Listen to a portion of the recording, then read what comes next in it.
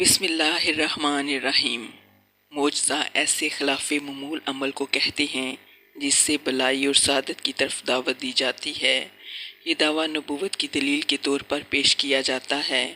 معجزہ میں اس شخص کی صداقت کا اظہار ہوتا ہے جو مبعوث من اللہ کا دعوت دار ہو۔ آج کی اس ویڈیو میں ہم آپ کو نبی پاک صلی اللہ علیہ وسلم کے معجزے کے بارے میں بتائیں گے کہ کس طرح آپ صلی اللہ علیہ وسلم کے ہاتھوں اللہ تعالیٰ نے چاند کے 2 ٹکڑے کیے اور اس معجزے سے متاثر ہو کر برصغیر ہند و پاک کا راجہ مسلمان ہوا۔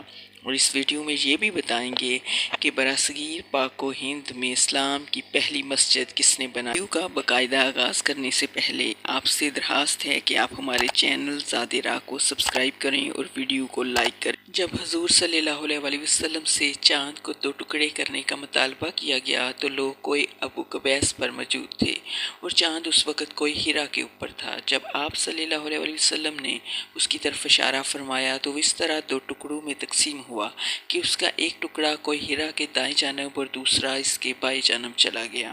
کفار مکہ رسول صلی اللہ علیہ وسلم کے پاس اکٹھے ہو کر آئے اور کہنے لگے، یا محمد صلی اللہ علیہ وسلم، اگر آپ صلی اللہ علیہ وسلم کا دعویٰ سچ ہے تو آپ صلی اللہ علیہ وسلم چاند کو 2 ٹکڑے کر کے دکھائیں، پھر ہم مان جائیں گے کہ آپ صلی اللہ علیہ وسلم واقعہ ہی اللہ کے رسول ہیں۔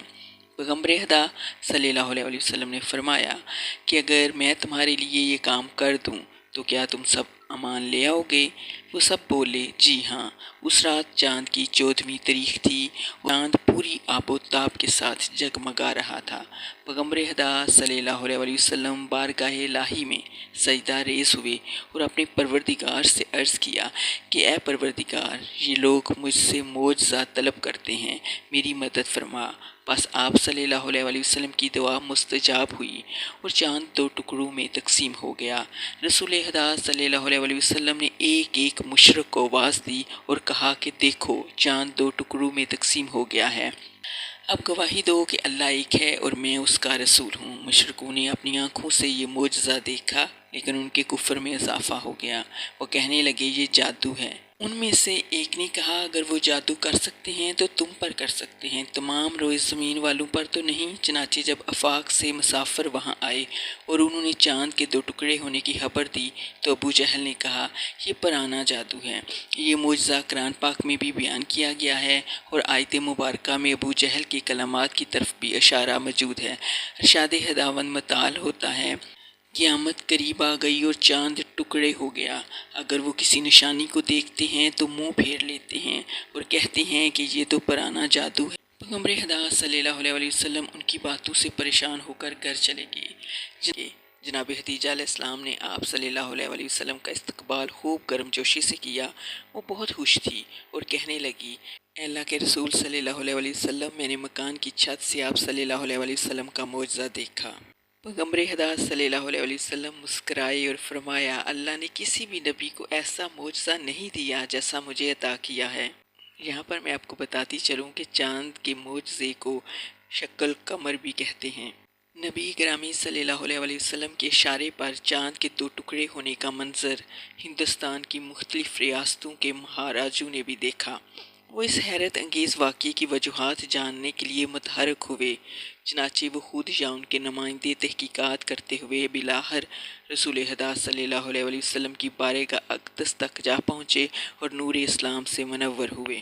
جب چاند کا معجزہ ہوا اس وقت جنوبی ہندوستان کے علاقہ مالابار کیرالہ اسٹیٹ پر ایک ہندو راجا کی حکومت تھی۔ ایک رات وہ اپنے اہل خانہ کے ساتھ محل کی چھت پر بیٹھا ہوا تھا کہ اس نے چاند کو 2 ٹکڑوں میں تقسیم ہوتے ہوئے دیکھا۔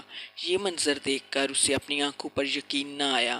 اس نے وہاں موجود اپنے خاندان کے افراد سے اس منظر کی تصدیق چاہی تو سبھی نے تصدیق کی۔ اگلے دن اس نے دربار طلب کیا جس میں اہل علم، دانشور، پنڈت، نجومی اور جوتشی شریک تھے۔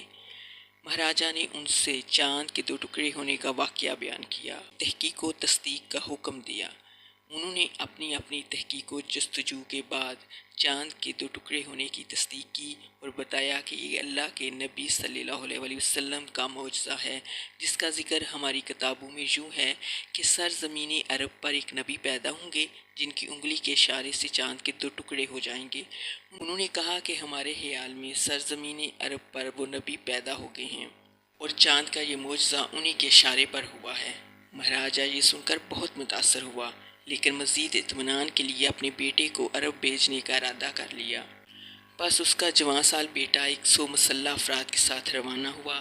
راجا نے بہت سے قیمتی تحائف دے کر اسے ہدایت کی کہ اگر اس واقعے کی تصدیق ہو جائے تو میری طرف سے یہ تحائف نبی اللہ صلی اللہ علیہ وسلم کی خدمت میں پیش کرنا اور میرا سلام عرض کرنا۔ مکہ پہنچ کر لوگوں کی زبانی چاند کے معجزے کی تصدیق ہو گئی تو راجکمار کو جناب رسول خدا صلی اللہ علیہ وسلم کی خدمت میں حاضر ہونے کا اشتیاق ہوا۔ چنانچہ وہ آپ صلی اللہ علیہ وسلم کی بارگاہ میں حاضر ہوا۔ آپ صلی اللہ علیہ وسلم اس کے ساتھ بہت خوش اخلاقی سے پیش آئے اور آنے کا سبب دریافت فرمایا۔ راجکمار نے اپنی آمد کا مقصد بیان کیا۔ مہاراجہ کے بیچے ہوئے تحائف آپ صلی اللہ علیہ وسلم کی خدمت میں پیش کیے اور اس کا سلام پہنچایا۔ حضور صلی اللہ علیہ وسلم نے شکریہ ادا کیا اور مہاراجہ کے لیے دعائے خیر کے کلمات ادا فرمائے۔ روایت ہے کہ اسی دن یوں ہی رسول اکرم صلی اللہ علیہ وسلم نے مہاراجہ کے لیے دعائے خیر کے کلمات ادا فرمائے۔ وہ دل ہی دل میں حضور صلی اللہ علیہ وسلم پر امان لے آیا اور بت پرستی ترک کر دی۔ ادھر یہ شہزادہ حضور نبی کریم صلی اللہ علیہ وسلم سے مل کر اتنا متاثر ہوا کہ مسلمان ہو گیا اور ایک صحابی کی لڑکی سے شادی کر لی۔ اس کے ساتھ آئے ہوئے سپاہیوں نے بھی اسلام قبول کر لیا۔ کچھ عرصہ بعد شہزادے نے واپسی کا سفر شروع کیا۔ جب وہ کیرالہ اسٹیٹ کے قریب پہنچا تو اسے مہاراجہ کے انتقال کی خبر ملی۔ مہاراجہ کی وفات کے بعد شہزادے کا انتظار کیا جا رہا تھا۔ جیسے ہی وہ اپنی ریاست میں پہنچا اس کا روایتی شاہانہ طریقے سے استقبال کیا گیا اور باضابطہ طور پر ریاست کا مہاراجہ بنا دیا گیا۔ اس نے مصلحتاً اپنے مسلمان ہونے کو چھپایا اور عنان اقتدار حاصل کرنے کے بعد اپنی حکومت کو مضبوط کرنے میں مصروف ہو گیا۔